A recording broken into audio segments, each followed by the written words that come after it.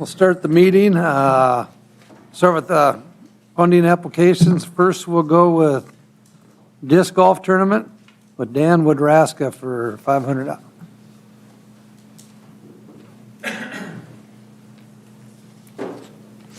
Good afternoon. My name is Dan Wodraska. I'm here representing Mitchell Disc Golf. The Curse Chains Challenge is a new tournament I'm trying to start up in the fall. I'd like it to be 2 of 3 events for Mitchell Disc Golf that I start to do. This year I recently took over tournament director, and we've been trying to make things happen big time out on this course. I don't know if you've walked up and down the course, but recently we got new signs last year. Those are actually considered to be some of the best signs in the state. So along with going with that, I'd also like to get new baskets, potentially a new course going, but to help bring more people in. So essentially what the $500 would be for is to help cover the permit fee and to rent porta potties.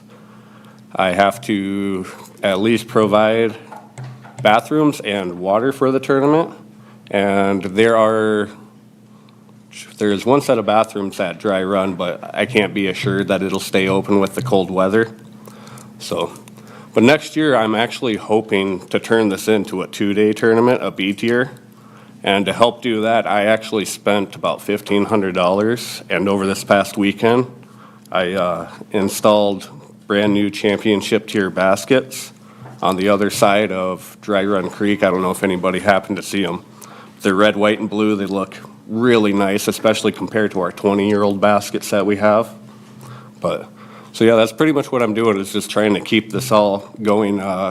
Kerry Mullingberg ran it for 10 years, currently stepped down, and just like I said, trying to keep this going. And I mean, I've already got 80 discs on order for players. I've got dry sacks, chalk bags for players packs, just trying to attract people here.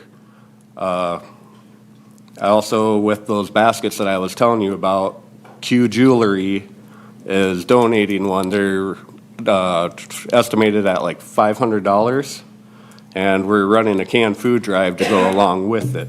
So anybody that comes to this tournament will also have a chance to win that.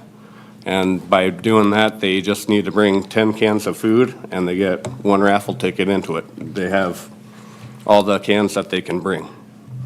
So I've already got a bunch saying that they're going to bring it. These disc golf tournaments, they fill up weird until you become an established tournament director. So like there's a tournament that I go play in Fairmont, Montana. It fills up in 5 minutes, if that. All these tournaments, it's, like I said, trying to reestablish. Mitchell used to have a big disc golf scene. And then actually, I think it was Extreme Trends disappeared, and there wasn't anywhere to buy disc anymore.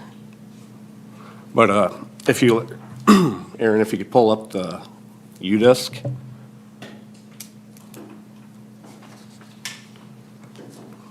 So every month I actually get these stats too that tell how many people are coming to the course and using the specific app. Last month wasn't the most rounds, but this app is specifically $30 a month too. So they estimate this is actually only 1/3 of the people that are rolling through your courses. I mean, if you go down a little bit more, 49 different people visited, 145 recorded rounds. I don't even record all my rounds. So there's all those that went unseen. What was it? I think 5 states showed up last month. The new stats that I was getting, there was, I think 35 states have visited Dry Run Creek over the past year. So that's just it. I'm just trying to keep things growing here, and with your guys' help, I might be able to do that. So I don't know what much to say. I haven't given a presentation since high school, so. You did a nice job. Your involvement, it takes passion. Folks like you, I've never played, but I do see people walking through the course throwing regularly. Once in a while, I see one on top of the bypasses that are going over, it's laying in the. It'd be that they playing golf, but just. So how many people do you think you'll have in this tournament? I capped it at 100, and I did that just because I want the problems with it. I want to try to bring as many people as I can to it. So how about out of town people? Do you think? It's going to be a majority of out of town. We hosted states last year, and I think we had 90 people, and we have a crew of like 15 main people in the Mitchell Disc Golf. I mean, there's way more than that are always out here playing. But the main crew that we have helping out and everything, there's only about 15 of us, if, that are always constantly playing the Mitchell tournament. So all the numbers after that. And I mean, like, I also, with the states tournament, I ran the players party last year. And that was at the back 40. That was because we had a 2-day event. So on Saturday night, we provide something for the players to do. So I hired 2 comedians, and they were both actually from North Carolina. They both came, they both actually entered the tournament, and they both brought 2 friends along with them to play in the tournament. So, I mean, I-90 is such a great spot for this course because people just hit it all the time, and really is, if I could bring you more of these numbers, I'll do it to show you how much we actually get this use. On a note of whether or not somebody notices this, I'll let you know that last week I received a phone call from a neighbor over there saying there's 3 guys with shovels and a wheelbarrow, and they're doing something in the park, and I'm pretty sure they're not city guys because they don't look like it. I got permission from Steve to do it. They didn't have on you guys green shirts? I assured So her I that. thought about putting on a green shirt, but then I didn't want to like impersonate or anything like that, so. But thank you for the work you do. But yeah, if- That issue's closing the court, that's good, it's good to go. It's already been approved. Okay. Other than the restroom challenge. Yeah, other than the restroom, that's the only deal is, and I can understand that too, but that is the sanctioning body is the PDGA, and literally, they're providing the insurance. They don't even require insurance for the tournaments. The only thing they really require is, well, this is a C-tier tournament. As you get up in the tiers of tournaments, they require more things. But right now, I have to provide bathrooms and water. So, Again, thank you. thanks. Any other questions? Thank you. Thanks. Next, we'll go to Palace City Cup Hockey Tournament. Eric Sabers.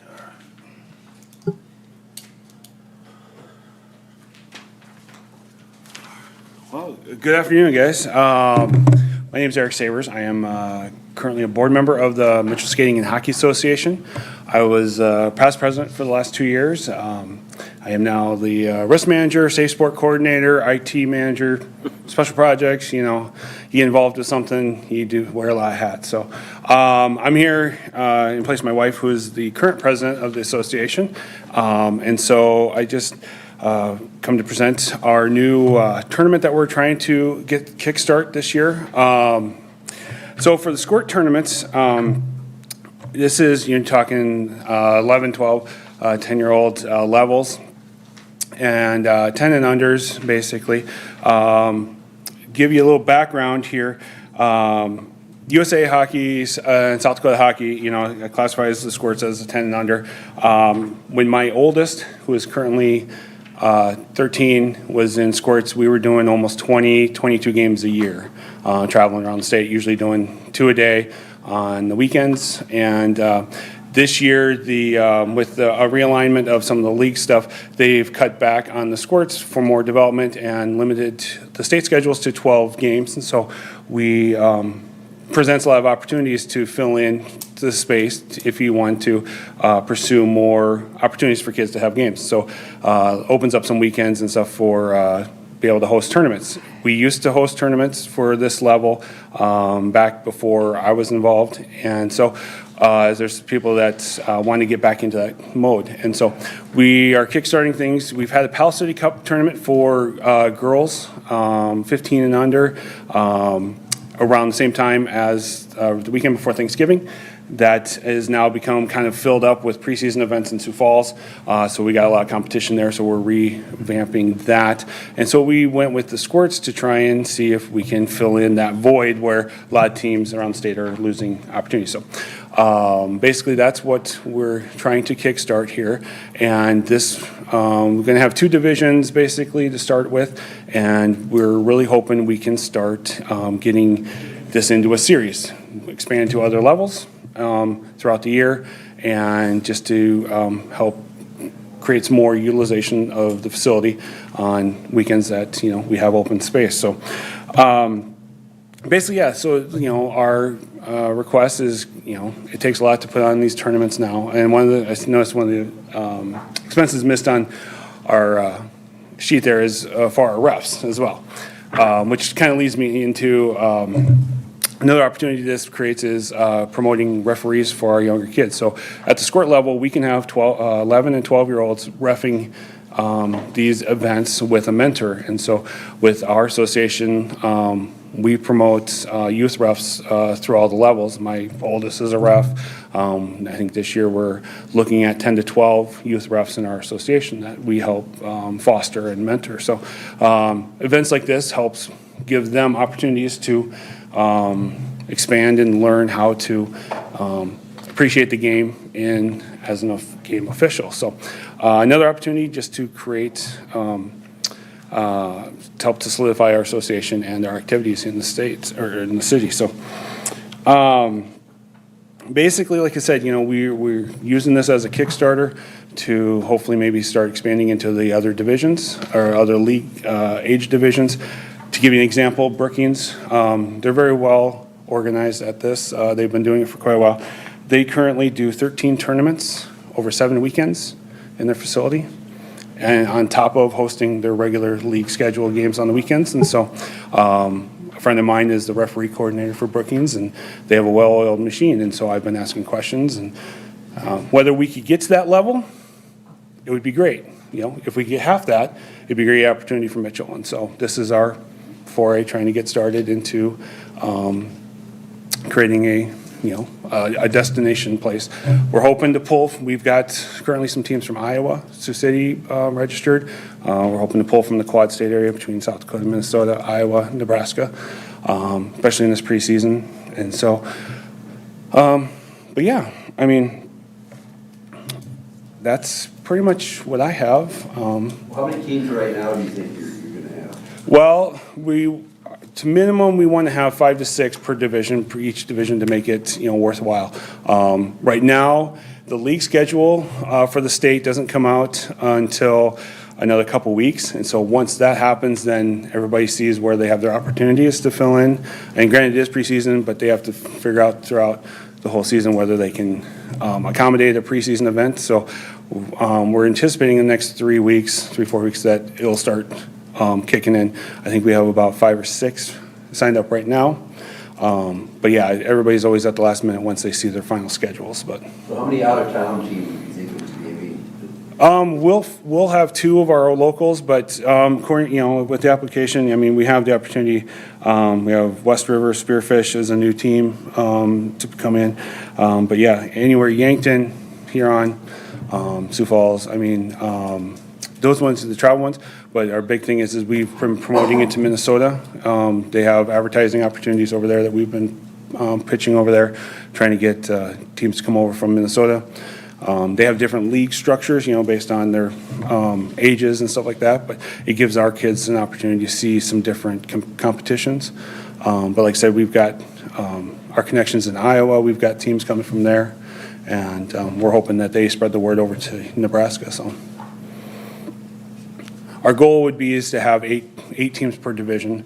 That would be a max that we would want to host. But in 2 divisions right now, we can do, right now the state this year has gone from an A and B to an A, B, C. And so our 2 teams right now are going to be a B and C. So that's what we had, our flyer has been updated. So that's an old one right there. But and it's all preseason, so it's like you got new teams coming in, you got kids that moved up, so everybody's kind of on an honor system until we get established. It's trying to figure out everybody's placement, in those So is it $900 for a team to enter? Correct, Is correct. that pretty average? That's average, so that's actually cheaper than, I think, what Brookings has. Most teams, most tournaments over Minnesota are over $1,000 at this level. And so we kind of try to keep us under just to keep it, a little bit more as a discount, but, between ice rental, the referee fees, it takes a lot to get these tournaments going. Have you had any, problems so far trying to put this together with hearing from other teams? The only thing I will say, I did hear a comment, hotels are kind of an issue right now. Getting the sticker shock because it is hunting season. Trying to set up a block, but that was a concern that was brought to our tournament director, but, so. Because the reason I asked, I received a call too, I think, from one of the Okay. board members. Okay. Asking about the rates that Mhm. have been quoted. And he had said, it's not a big deal to us because we pay that kind of rate when we travel. Right. These teams are saying that they can't afford to stay in Mitchell. Right.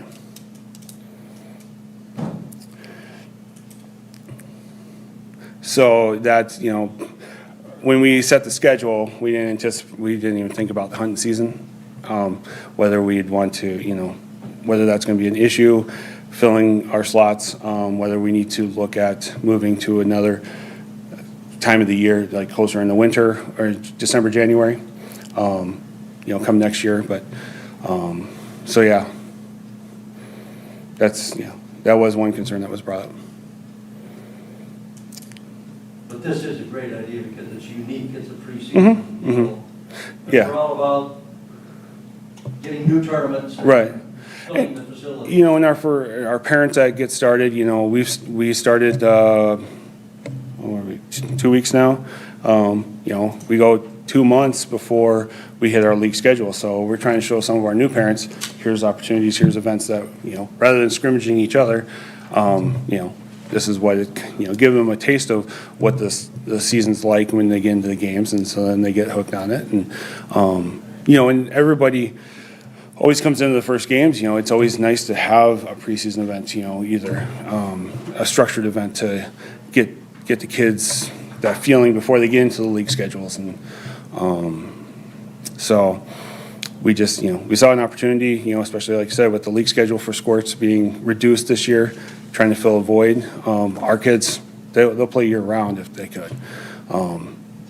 We have a lot of kids that play summer hockey into Minnesota, travel, and so we have dedicated families that really want to see things grow and have, we have 2 sheets. So it's great opportunity to utilize. So. Remind us again how many teams you're hoping to see, Eric? How many teams?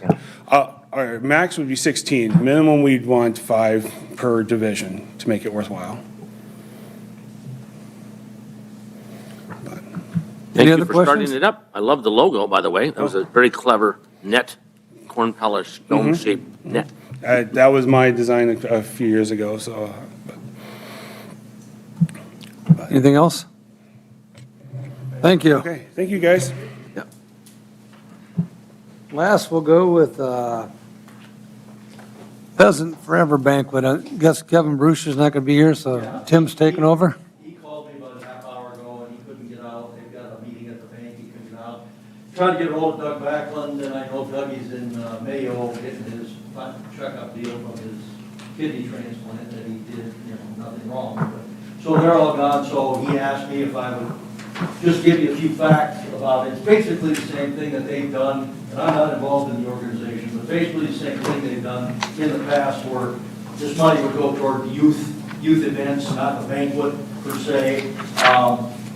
Some of the things he said that they have done, they built 2 new traps out at the Mitchell Trap Club over the past year. They hosted the state youth shoot, and I know they had their youth pheasant hunt here a couple of days ago where they take kids out and do the pheasant hunting thing too. And then overall, the program, they're putting money into 2 new production areas around Mitchell this year for pheasant habitat. One is west of town, the other one is north of town, and I know Pheasant Country themselves are, he told me, spending $43,000 on those two production areas to develop them this year. So basically, it's kind of what they've come to us in the past with this money they're asking for going to the youth events. I know it is the biggest Pheasants Forever habitat banquet in North America. So Canada, US, so 750 plus. Yeah, and we've discussed that before. We know the banquet makes money, which is great, that's fine for the group. And that's why we've kind of channeled anything we've given them toward the youth activities. I talked to somebody yesterday, and they said they had 16 youth hunt, their first hunt ever this last weekend, and I think they let 100 birds go, and they shot almost 50 of them. I mean, they all got their limit, I guess, so that, which is good for the kids to get involved in. That keeps them going then. All righty.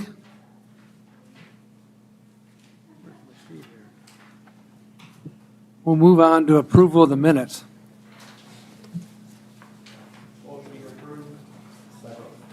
A motion by Dave, second by Jason. All in favor of the motion, say aye. Aye. Against, nay. Motion passed. Financial report.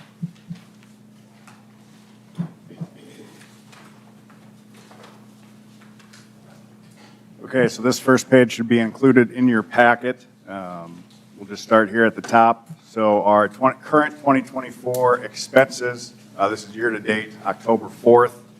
The award checks that have been written, $85,150. That would leave a current available fund balance for the committee of $64,850. We go down to our total collections by month chart. So the amount that was submitted in September for the month of August was $38,636. Just a side note, that equates to 19,318 room nights sold. Our year-to-date collections would be through September is $224,286.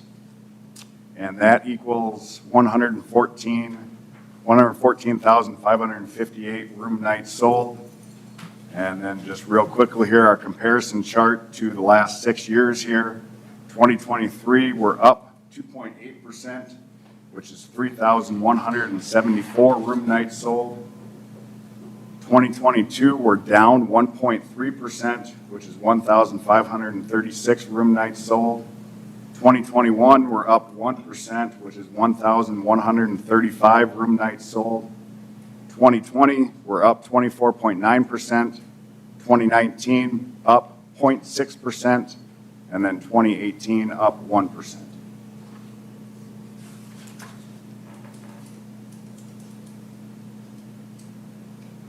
And if there's any questions or comments, we can have that discussion. I had a quick question. Did the bid board meet last week? We did. Did they give the Aquatic Center 30 grand a year for the next 3 years, did I hear? Correct. Okay. Is that going to come out of this money, or is that coming out of the big buddy? It's coming out of the big chunk. Okay.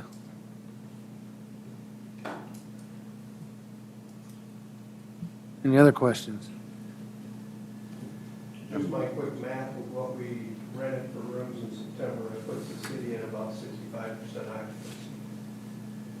For the year, for the month? for the month. You like that number?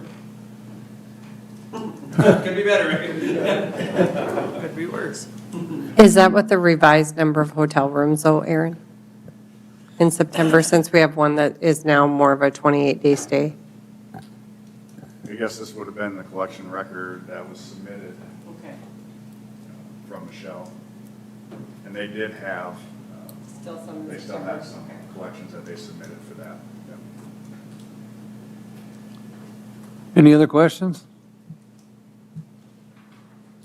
We need a motion. Motion to approve? Second. Motion by Tim, second by Kevin. All in favor of the motion, say aye. Aye. Against nay? Motion passed. Evaluation forms. Okay, so we have and had a few evaluation forms submitted from past events.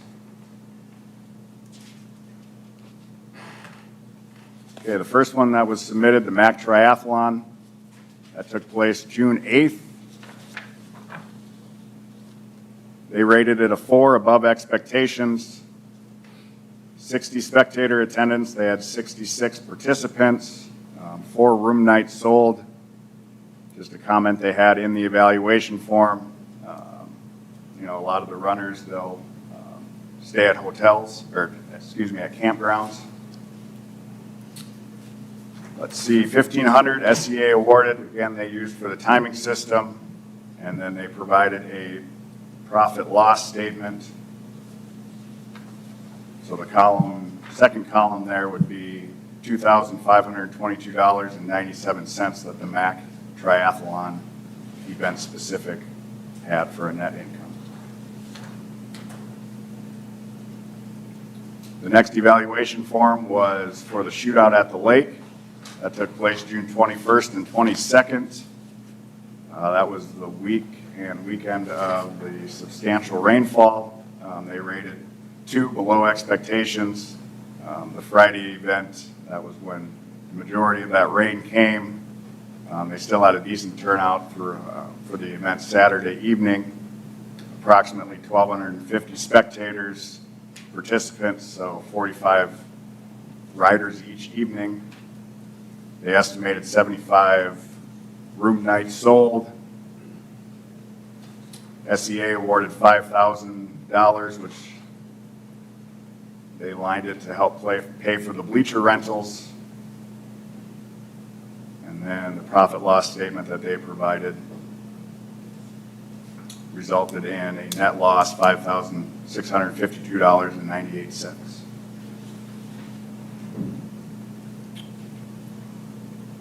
The next event, the Palace City Mountain Bike Classic. So the MAC Triathlon and then this Palace City Mountain Bike Classic, this actually entails one committee. MAC Area Events is what was established by Emily Hone, the Denny's, for 3 or 4 events that take place here in Mitchell. This event got moved to June 29th because of that weather the previous weekend. They rated it a 5, exceeded expectations. And pardon my mistake on the MAC Triathlon, this was the evaluation form that they said a lot of their riders prefer campgrounds versus hotel room nights sold, and individuals love camping at Lake Mitchell Campground. Total spectator attendance of 45. They had 61 riders. They estimated 5 room nights sold. SEA awarded $1,500, and this also went to the timing system for the race. And then the third column of the same profit loss statement for the Palace City Mountain Bike Classic. Net income of $6,250.09. The next evaluation form, Tour de Corn, August 16th through the 18th. I've had a couple conversations with Joe Kral. They're very happy, excited about this year's attendance and outcome. They rated it a 5, exceeded expectations. Total spectators that they served by meals Friday evening, 375. They had 307 bike riders that participated. SEA awarded $2,000. They used this funding to help offset the cost for their meal for the 30th anniversary ride. And they did provide a profit loss. They compared 2023 to 2024. And they do provide substantial amounts of other expenses, but this year a net income or net loss of $5,198.06. And then the next one, a unique opportunity here. We have Scott Mullenmeister here with the Mitchell Soccer Association. He's going to come up and give an in-person recap of the event. Thank you. Yep. Scott Mollemeister, representing the Mitchell Soccer Association. So we hosted Cornucopia 2024 on September 7th and 8th. And I said above expectations, probably exceeds. I could put a 5 to that for sure. So I originally estimated around 20 teams. We had not hosted a tournament since 2019. So we had 41 attend. So it was a huge success. Teams from all over the state. We had Rapid City, Spearfish, Pierre, Aberdeen, Brookings, Watertown, Sioux Falls T, and Brandon Valley, and a team from Larch Road, Iowa as well. So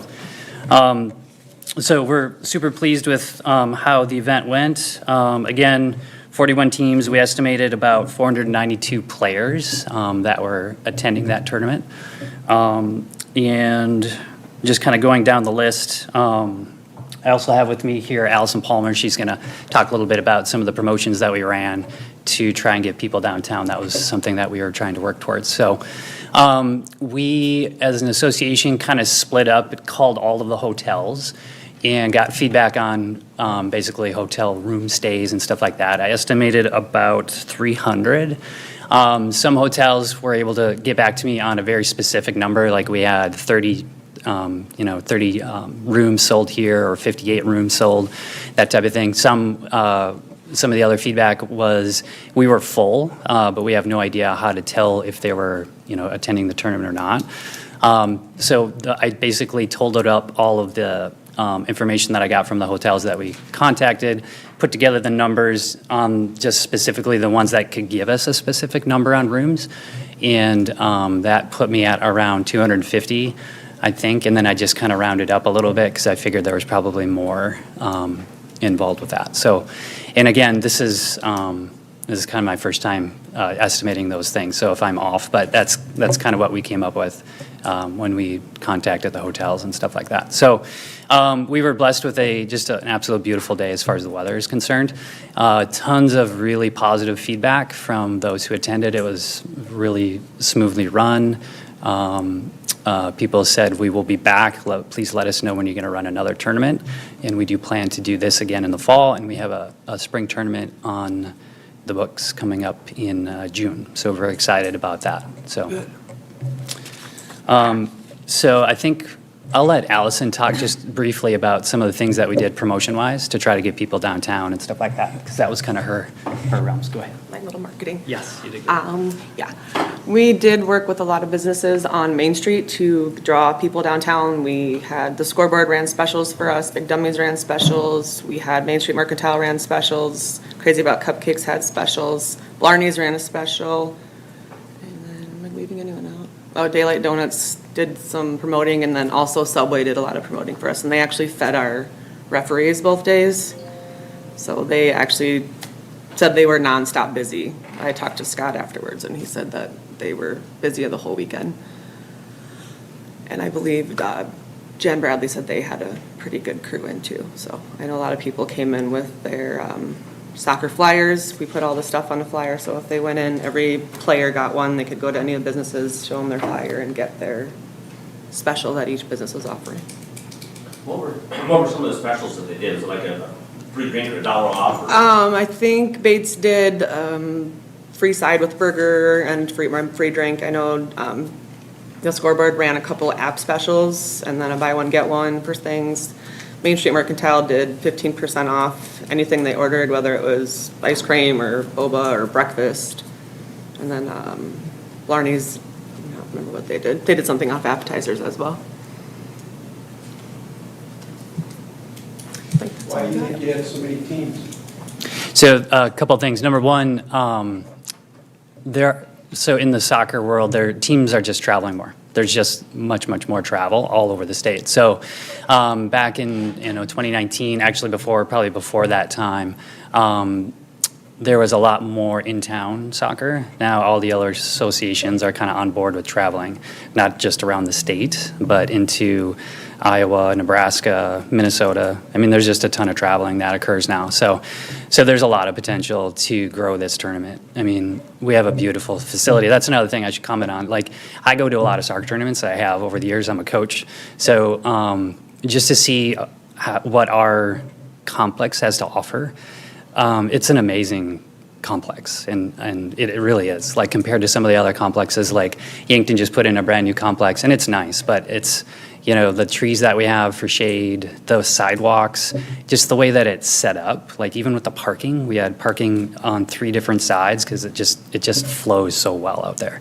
So, like, as an association, we're just super excited about the potential for future tournaments. So if you look, I think he's got the profit loss up now. So there you can see the income from tournament fees on the top, expenses as we go through those. Our biggest expense, and we were expecting this, is our referees. We're almost at $5,000 for referee fees. So a couple things. As an association, we are definitely trying to get more referees basically certified. So we have our pool of refs here in Mitchell are much bigger. So I know we have a bunch of kids that were, so we had a class in July, but there was a bunch of kids that were too young. Those kids are now old enough. So we got a bunch more that are coming in. That will definitely help with our referee fees because we don't have to pay those local refs all of the extra money that we pay out-of-town refs for the travel fees and stuff like that. So that'll really help with our referee fees. So that's by far our biggest cost. It's also a little bit of a limiting factor when it comes to how we want to expand this tournament, because you can only put so many fields together if you only have so many refs, because you got to have 3 refs for anything that's U12 and above. If you have a U10 field, that's just 1 ref. But in this tournament, we had anywhere from, in our time slots, we had anywhere from 9 to 13 refs going at a time. And it moved really, really smoothly. So if we want to expand beyond that, then you're looking at, maybe you have 15, 19, 20 refs going at a time. That becomes difficult to get that many refs in town. So I think we can do it. I think we can expand and grow the tournament, and also in the spring, what we're looking forward to there. So any questions on the profit loss or anything like that? Scott, you ran your own concessions?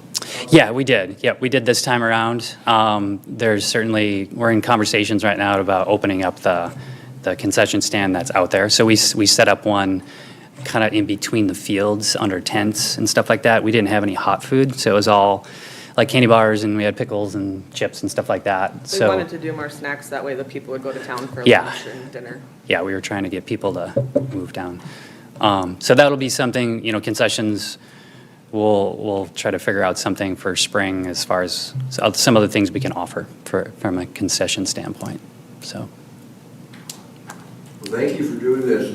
Yeah. I don't know how long our committee's been formed, but we've been waiting for years for a soccer association thing like this that would bring in events and be a good thing for the city of Mitchell. It sounds like you guys are obviously very well organized, so thank you very much for doing this. Yeah, you're welcome. Thank you for considering us in the grant and everything like that. So, Keep them coming. yeah, we will. We plan to, so. Any other questions? So just so you guys are, I think I should just comment on the profit. And so there's 2 things we're going to use that profit for. So number 1 is we are revamping our youth programs right now, and so that's going to require some additional equipment. So it's going to go right back directly into our programs to grow the base, which is our basically our 4-year-olds to 8-year-olds. So we're going to be working on some equipment there. And then secondly, we need some infrastructure. So one of the things, we had lots of people donate like tents. We had donations of golf carts, things that you just need for a tournament to make it run smoothly. And so some of that profit is going to go into some infrastructure. So we have those things as an association, so we're ready for the next tournament. We don't have to rely on somebody to donate a tent or something like that. We'll have all our own equipment and golf carts and stuff like that.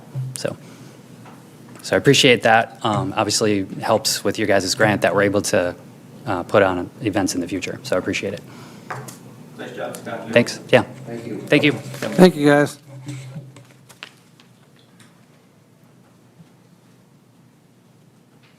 Okay, I'll just move down the agenda here. Just real quick, the Soccer Association did submit a SEA survey. Just review at, basically what Scott and Allison covered were the answers to the questions throughout the survey. And then the last item here, again, just upcoming events until our next meeting in November. Just want to highlight this coming Friday and Saturday, an event that SEA awarded funding. We have the Dakota Awati Challenge Volleyball. Starts at 9 a.m. Friday morning and 9 a.m.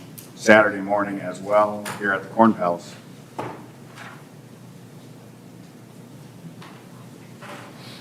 Okay, we will enter into executive session now.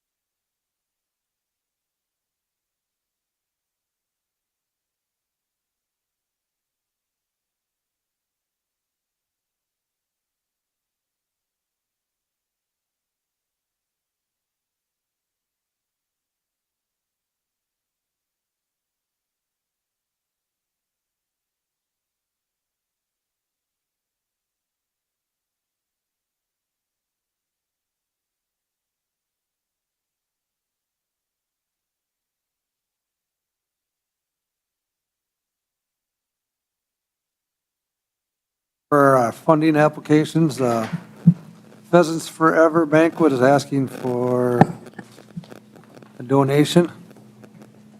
I would make a motion for $2,000 with the condition that it's spent on youth activities. I would second that. Okay, we have a motion by Tim that it's spent on youth activities and second by Doug. All in favor, say aye. Aye. Against nay? Motion passes. Next is disc golf tournament. I'll make a motion for the 500. I'll second it. Jason makes a motion, Marie seconds it. All in favor of the motion, say aye. Aye. Against nay? That passes for 500. Last one is Palace City Cup Squirt Hockey Tournament.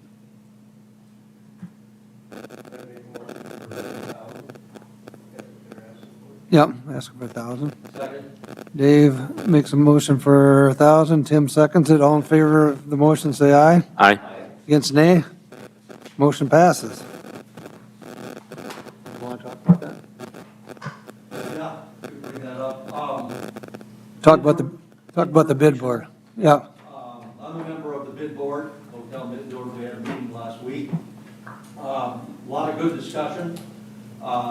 Aaron attended, the mayor attended, Stephanie attended, Dave was there, so go ahead and throw in anything you'd like. But I think the main thing that came out of that, Jerry Thompson volunteered to put together and carry around a survey of all the motels in town. Basically, what they would like to see done with their money. Aaron, maybe correct me, but I think in their portion of their budget now, there was a little over $200,000, like 209 or something in there with the rest of the year still to go. So there's a big chunk of money in there that they're collecting. Just to get an idea from individual motels, how they would like it to be spent on, facilities. They want to look at improving or creating new facilities, promotion, that type of thing. And we talked about our next meeting, bringing in the convention visitors, folks to talk about where they're spending their advertising money right now, and motel owners can kind of weigh in if they're on board or they want to go a different direction or spend their own money, that sort of thing. So we're waiting to get that survey back at the next meeting. Then I think the other big thing of discussion was they're asking about bringing new events into town, and we had quite a bit of discussion about some that have asked, and we don't have facilities, and can we get bigger things and so on. And Aaron brought up at the time that, if you recall, if you're around, most of you, some of you were on this board a long time ago, we had a company that came to us with an offer. It wasn't that expensive. I don't know if it was $1,000 or something, but they would try to recruit things into town, so on and so forth. But as we thought about it more, I remember why we didn't go through with it, because they weren't interested in bringing 50, 60, 70 people into town. They were looking at bringing 300, 500 people into town for bigger events. Like national softball tournaments.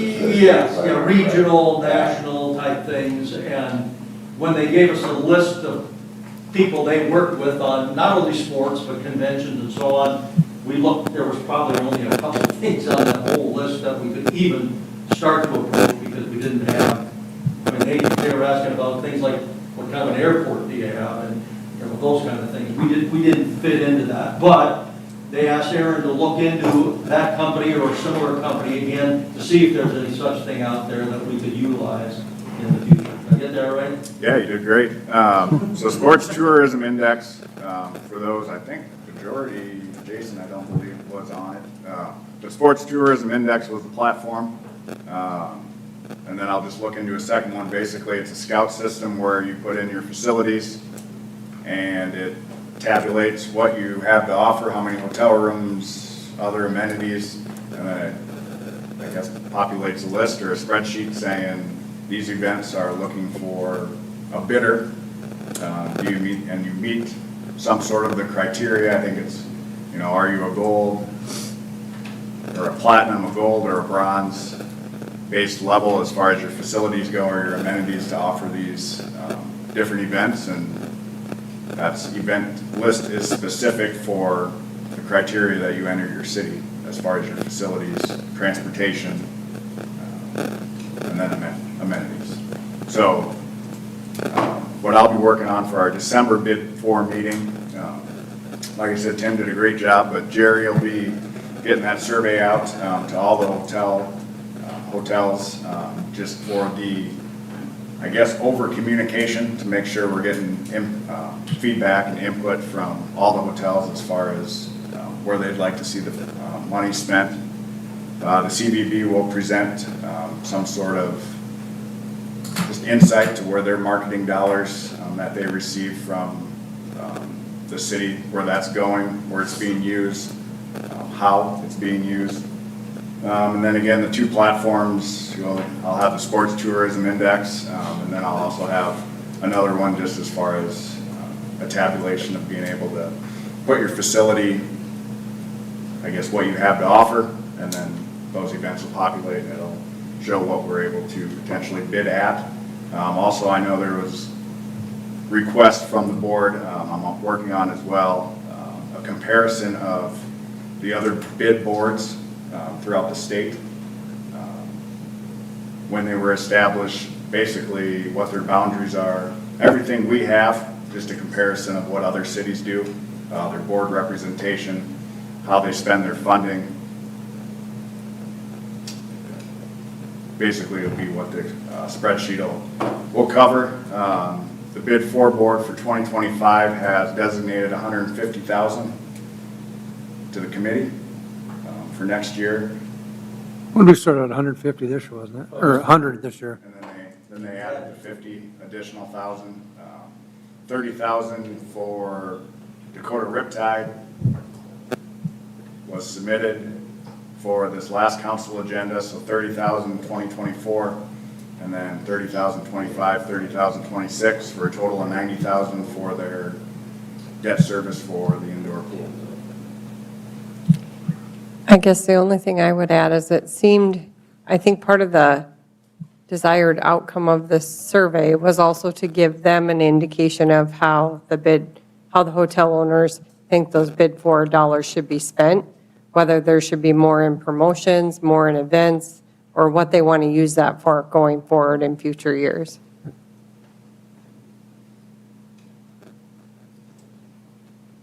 Anything else on that? Oh, good news today. I was told by Kelly Pfeiffer this morning, and his wife is big into the swimming, that Mitchell was awarded the state aid swimming tournament in February. Rapid City gave it up because they're doing some construction or something with their pool out there. So that means that Mitchell will be hosting a swim tournament in December, in January, and in February. And that's the 12U, so that's a bigger group and more people travel. State events then that are, is that the same thing we had just a couple years ago? Didn't we have a state swim meet out at the rec center a couple years ago? Yes. Yeah. And one of the board members from the swim club said that pretty much guarantees Mitchell another three events every winter for the next 3 years. Wow. It's a good time to have them. Anything else then? I'll add one more thing. We got samples of the Corn Palace chairs up and installed upstairs, so after this meeting, if you guys want to go look at them and see if you like some of the options. Doesn't mean we're going to get them, but they're up there if you want to go take a look at them, so. We They can were have free our own- samples, so why not? Can fight over that chair. How's your back? Back's feeling good, legs are a little sore today. All right, well, looks like scary to say the next meeting's in November. It's hard to believe. November 12th will be the next meeting. We're adjourned.